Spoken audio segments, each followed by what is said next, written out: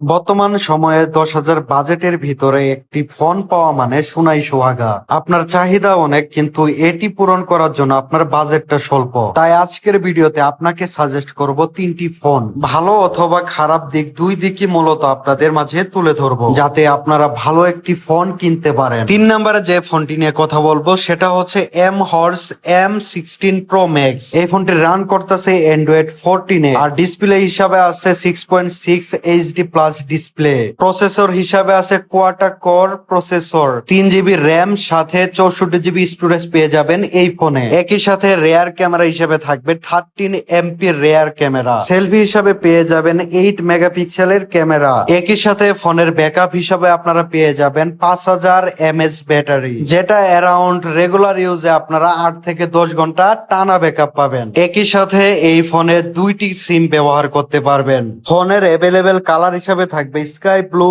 এবং charcoal black, আপনারা পেয়ে যাবেন। এই দুইটি কালার অ্যাভেলেবেল আছে। আর প্রাইস হিসাবে থাকবে 9000 থেকে 9500 টাকার ভিতরে। এখন কথা বলা যাক দ্বিতীয় নাম্বার ফোন নিয়ে, Honor X5B, যেটা বর্তমান সময়ে প্রায় বলা যায় ভাইরাল আমাদের বাংলাদেশে। এই ফোনটিও রান করতেছে অ্যান্ড্রয়েড 14 প্লাস ম্যাজিক OS 8 আর প্রসেসর হিসাবে আছে হেলিও G36।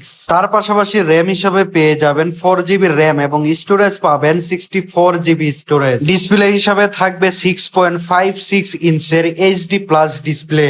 এই ফোনের রিফ্রেশ পেয়ে যাবেন আপনারা 90 হার্জের রিফ্রেশ রেট। ফোনের ব্রাইটনেস হিসাবে পেয়ে যাবেন 530 নিটস ব্রাইটনেস। এছাড়াও ব্যাটারি হিসাবে থাকবে 5200 mAh এর ব্যাটারি। এছাড়াও ফিঙ্গারপ্রিন্ট সেন্সরটাও পেয়ে যাবেন আপনারা সাইড বাটনে। ফোনের দাম সম্পর্কে যদি বলি, এটার দাম হচ্ছে 9999 টাকা। নাম্বার একে থাকা ফোন নিয়ে যদি কথা বলি, আমাদের দেশীয় প্রোডাক্ট আইটেল A90। এই ফোনটি রান করছে অ্যান্ড্রয়েড 14 প্লাস আইটেল OS 14। এছাড়াও প্রসেসর হিসাবে আছে ইউনিসস T7100 প্রসেসর। র্যাম হিসাবে আপনারা 10,000 টাকার ফোনের ভিতরে পেয়ে যাচ্ছেন 4 GB RAM plus 128 GB storage মূলত এই ফোনে দেখা যাচ্ছে। এছাড়াও ডিসপ্লে হিসাবে আপনারা পেয়ে যাচ্ছেন 6.6 ইঞ্চের HD plus IPS LCD display আর 90 হার্জের রিফ্রেশ রেট পাচ্ছেন এই ফোনে। এছাড়াও ব্রাইটনেস হিসাবে পাচ্ছেন 1500 নিটস ব্রাইটনেস, যেটা মোটামুটি ভাবে ভালো আলো দিতে সক্ষম হবে।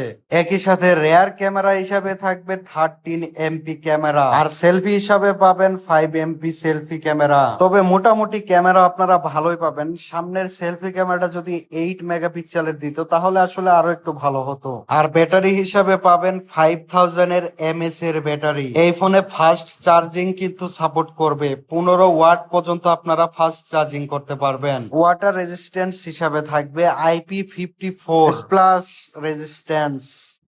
আশা করি আপনারা আজকের ভিডিওতে বুঝতে পারছেন কোন ফোনটা নিলে আপনার জন্য বেস্ট হতে চলেছে। নিত্য নতুন আরো ভিডিও পেতে অবশ্যই আমাদের চ্যানেলটি সাবস্ক্রাইব করে রাখুন।